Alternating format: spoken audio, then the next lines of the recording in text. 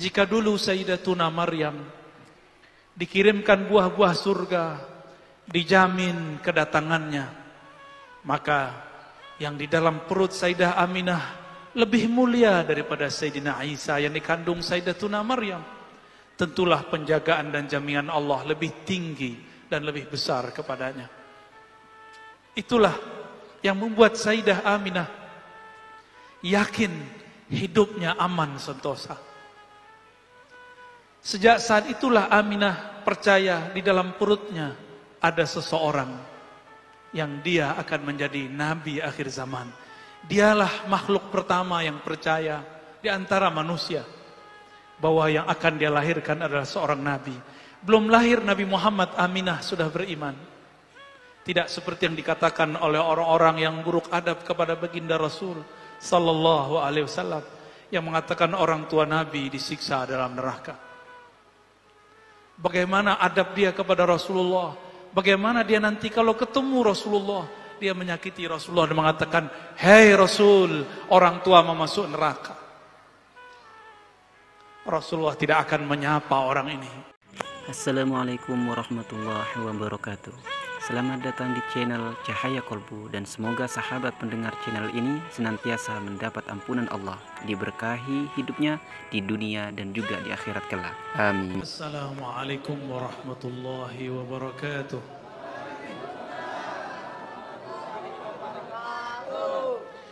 Alhamdulillahilladzi ja'alana min ummati sayyidina Muhammad sallallahu alaihi wasallam.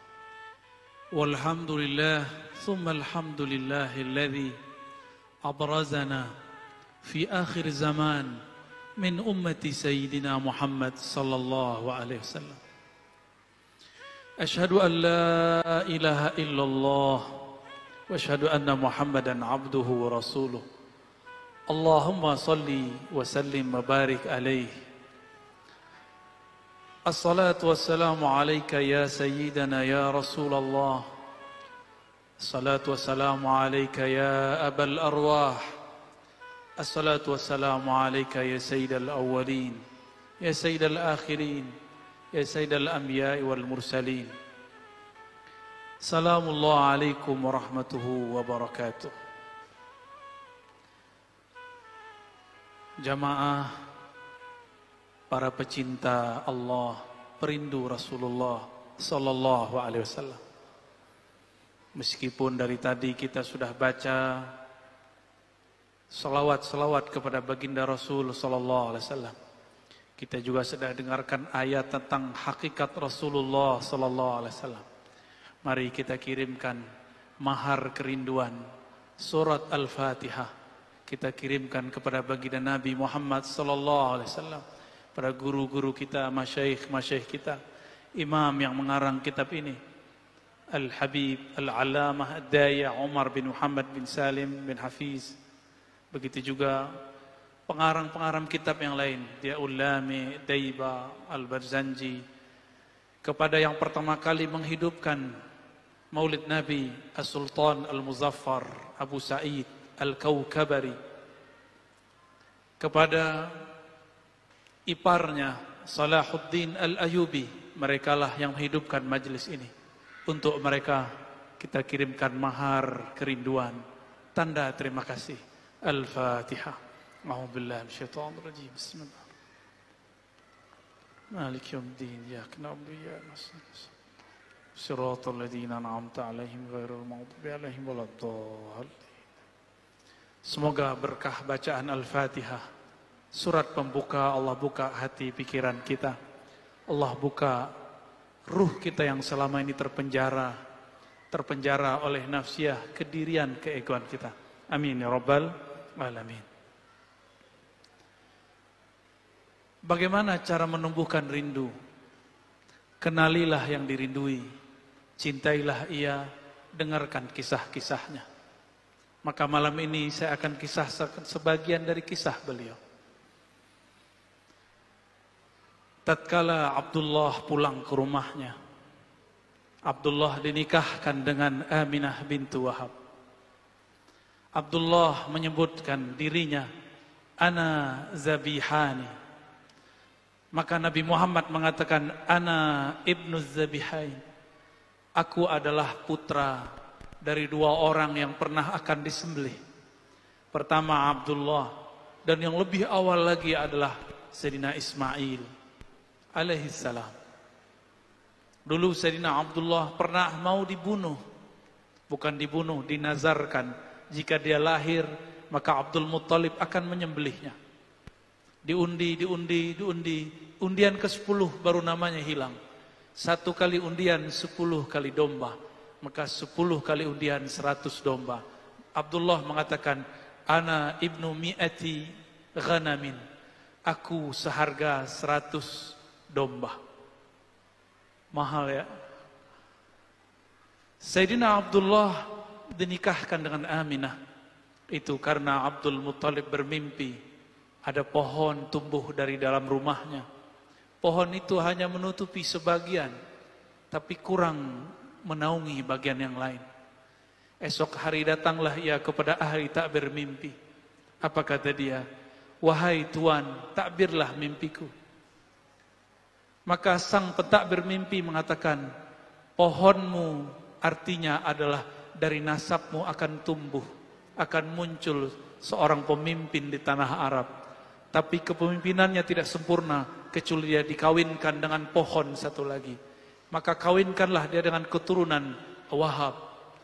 Pulang dicarilah oleh Abdul Muttalib. Apakah Wahab punya anak seorang putri? Ternyata beruntunglah putrinya adalah seorang yang sangat amanah. Maka digelari, dinamai dengan Aminah. Abdullah hamba Allah menikah dengan Aminah, perempuan yang menjaga rahasia-rahasia. Menikahlah Abdullah, di dalam dirinya ada nur yang dulu ada dititipkan Allah kepada Nabi Adam.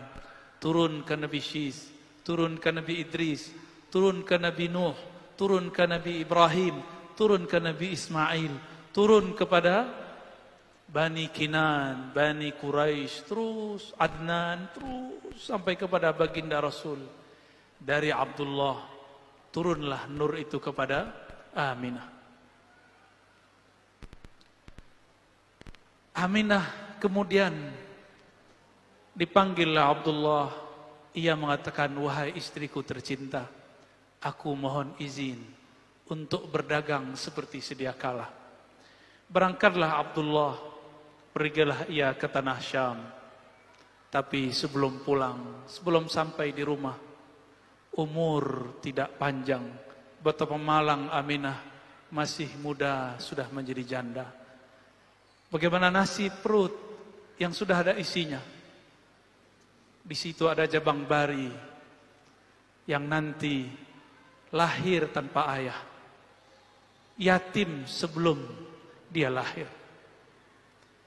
Namun Allah tidak pernah tidur, tidak pernah lupa. Yang dititipkan Allah ke dalam perut Sayyidah Aminah adalah kekasihnya. Maka Allah Subhanahu wa ta'ala hampir setiap malam, setiap hari mengirimkan kabar gembira, mengirimkan makanan-makanan surgawi kepada Sayyidah Aminah. Hamillah Sayyidah Aminah. Pada minggu-minggu pertama ia hamil, datanglah Sayyidina Jibril menyeru dari langit, Ya Aminah, yang engkau kandung adalah Sayyidul Alamin. Yang engkau kandung adalah penghulu alam semesta. Meskipun engkau menjadi janda, tapi Allah Subhanahu wa ta'ala akan menjagamu, karena yang di dalammu adalah kekasihnya. Esok hari datang lagi Mikail. Esok besoknya lagi datang lagi Adam. Datanglah nabi-nabi. Nabi-nabi yang utama sampai nabi-nabi yang tidak disebutkan namanya. Mereka semua mengatakan, wahai Aminah, janganlah bersedih. Yang engkau kandung adalah kekasih pemilik alam semesta. Maka Aminah tidak pernah merasa kesepian. Meskipun suaminya tidak pernah pulang kecuali hanya namanya. Bayangkan jika ada di antara saudari-saudariku, baru menikah, baru hamil, suaminya wafat. Malangnya nasib. Tapi Allah tidak pernah tidur. Allah hiburlah ibunda Rasulullah sallallahu alaihi wasallam. Jika dulu Sayyidatuna Maryam dikirimkan buah-buah surga, dijamin kedatangannya, maka yang di dalam perut Sayyidah Aminah lebih mulia daripada Sayyidina Isa yang dikandung Sayyidatuna Maryam. Tentulah penjagaan dan jaminan Allah lebih tinggi dan lebih besar kepadanya. Itulah yang membuat Sayyidah Aminah yakin hidupnya aman sentosa. Sejak saat itulah Aminah percaya di dalam perutnya ada seseorang yang dia akan menjadi nabi akhir zaman. Dialah makhluk pertama yang percaya di antara manusia bahwa yang akan dia lahirkan adalah seorang nabi. Belum lahir Nabi Muhammad, Aminah sudah beriman. Tidak seperti yang dikatakan oleh orang-orang yang buruk adab kepada baginda Rasul sallallahu alaihi wasallam yang mengatakan orang tua nabi disiksa dalam neraka. Bagaimana adab dia kepada Rasulullah? Bagaimana dia nanti kalau ketemu Rasulullah, dia menyakiti Rasulullah dan mengatakan, "Hei Rasul, orang tua mau masuk neraka." Rasulullah tidak akan menyapa orang ini. Maka adalah seorang ulama murid Imam Ghazali bernama Ibn al-Arabi al-Maliki al-Ma'afiri. Apa kata beliau? Siapapun yang mengatakan orang tua Nabi masuk neraka, mal'unun, terlaknat ia. Maka kita tidak akan berkata seperti kata-kata pelaknat. Berkembanglah janin, tapi Sayyidatuna Aminah tidak merasa beban di perutnya. Karena beban itu telah ditanggung oleh Allah. Justru dia merasa hidupnya tambah terang, pikirannya tambah cerah. Bayangkan, siapakah di antara Ustadz, Kiai, Habib yang bermimpi ketemu Jibril? Adakah kita yang sudah baca kitab yang hafiz Quran bermimpi Mikail? Adakah di antara kita ketemu para nabi dalam tidur-tidurnya? Adakah di antara kita yang dihibur oleh malaikat-malaikat ketika dia bermenung? Tidak ada. Orang yang dianggap wali, dianggap habib sekalipun belum tentu mendapatkan kemuliaan ini. Itulah Aminah radhiyallahu taala anha, awwalu man amana bi nubuwwatihi qabla miladihi. Orang pertama yang percaya kepada Nabi Muhammad sebelum dia lahir. Pendek cerita, sampailah 9 bulan. Allah pun menghadirkan 2 ruh mulia, Sayyidatuna Asiyah, yang dulu pernah beriman di bawah kezaliman Fir'aun, dan yang kedua Maryam, yang dulu pernah dikucilkan oleh orang-orang sukunya, Alu Imran. Mereka datang, ruhnya datang menyambut baginda Nabi Muhammad sallallahu alaihi wasallam. Apa kata Sayyidatuna Aminah? Ketika aku melahirkan Muhammad, ra'aitu nura. Aku melihat cahaya. Cahaya itu meliputi langit, meliputi bumi. Cahayanya membuat bergetar kekaisaran Romawi, membuat padam tuhan-tuhan Majusi, membuat roboh runtuh berhala-berhala Makkah. Cahaya di atas cahaya, bahkan matahari pun bergetar, lahir sumber dari cahayanya baginda Nabi Muhammad sallallahu alaihi wasallam. Rembulan pun girang menangis, dia bergetar, maka sang rembulan mengatakan, namaku Al-Badar adalah memindam namanya. Maka hari mengatakan, aku matahari pelita, itu adalah nama Muhammad sallallahu alaihi wasallam. Jika bulan mengatakan aku pantulan matahari, matahari mengatakan sumberku dari nur Muhammad sallallahu alaihi wasallam. Dialah Asy-Syams, dialah Al-Badr, Tola'al badru alaina. Itulah yang kita baca dalam syair-syair. Tola'al badru alaina. Anta syamsun, anta badrun. Engkaulah syams. Syamsun artinya pelita matahari yang sebenarnya. Dialah sebenarnya Al-Badr, bulan purnama. Baginda Rasul lahir. Kemudian setelah 2 ruh suci ini kembali, diambillah oleh Suwaibah al-Aslamiyah, budak daripada Abu Lahab, paman Rasulullah sallallahu alaihi wasallam. Suwaibah karena Aminah masih lemas, Suwaibah menyusukan Rasulullah sallallahu alaihi wasallam. Suwaibah karena menyusukan Nabi, Dia seorang budak. Dia taruhlah anak itu, Aminah sadar, maka disusui oleh ibunya. Suwaibah pun pulang ke rumah tuannya Abu Lahab, mengabarkan, wahai tuan, keponakanmu, anak dari Abdullah telah lahir, Muhammad namanya. Abu Lahab merinding. Itu hari Isnin, hari Senin, hari yang tadi. Abu Lahab kemudian mengatakan, wahai Suwaibah, saksikanlah bahwa engkau merdeka hari ini. Kenapa ia dimerdekakan? Karena dia menyusui Nabi Muhammad sallallahu alaihi wasallam. Siapapun yang bersentuhan dengan Rasulullah, dengan zat Nabi Muhammad sallallahu alaihi wasallam, maka dia mulia.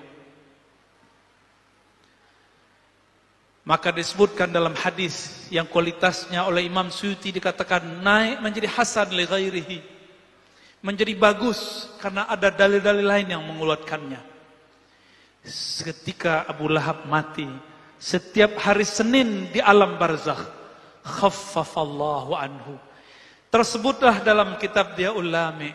Kalau di kitab ini halaman 34, annal azaba mukhaffafun fi kulli isnain li farhatihi biman wafana. Abu Lahab diringankan siksaannya setiap yaumul isnain, setiap hari Senin, li farhatihi, karena dia bahagia dengan kelahiran Nabi besar kita Muhammad sallallahu alaihi wasallam. Apa kata sahib kitab Diyaul Lami? Haza ma'al kufri fa kaifa bi farhati man zi fuadim imtala imana. Ini diringankan azabnya karena dia bahagia sedangkan dia masih kafir. Bagaimana jika kolbu seseorang itu percaya kepada Nabi Muhammad sallallahu alaihi wasallam, maka dia diberkahi setiap saat darinya. Tidak hanya yaumul isnain, tapi setiap kali dia merayakan, dia berbahagia farhan kelahiran Nabi Muhammad sallallahu alaihi wasallam. Allah akan kurangi beban hidupnya. Allah akan pikul bersama-sama bebannya. Wa rafa'na laka dzikrak. Rasulullah telah diangkat ketinggian namanya. Maka siapa yang meninggikannya ikut ditinggikan oleh Allah Subhanahu wa taala. Jamaah yang dimuliakan Allah, itu Abu Lahab diringankan Allah karena dia farhan, dia bahagia karena baginda Nabi Muhammad sallallahu alaihi wasallam lahir. Maka siapapun yang percaya kepada baginda Rasul sallallahu alaihi wasallam dan dia bahagia dengan kelahiran Nabi Muhammad sallallahu alaihi wasallam, falahu, bagi dia barakat, rahmat, keberkahan yang melimpah, rahmat-rahmat tiada bertepi. Suwaibah menyusui Rasulullah karena orang Arab Mekah saat itu punya tradisi menyusukan anaknya kepada selain mereka. Maka muncullah masa, adalah hari di saat orang-orang dari Bani Sa'diyah datang untuk menyusui orang Mekah. Sebanyak itu perempuan yang gemuk-gemuk, ibu-ibu yang baru melahirkan, tidak ada satupun yang minat Rasulullah SAW. Rasulullah SAW disodorkan ke ibu yang cantik, yang gemuk, kira-kira air susunya sangat banyak. Ternyata beliau tidak mau. Kenapa? Karena hampir semua perempuan yang berisi badannya, yang kenyal, yang sehat, itu ketika menyusui Rasulullah, dia susui anak si perempuan itu dahulu dengan kanannya, Rasulullah ke bagian kirinya. Terima kasih sudah berkunjung di channel Cahaya Kolbu.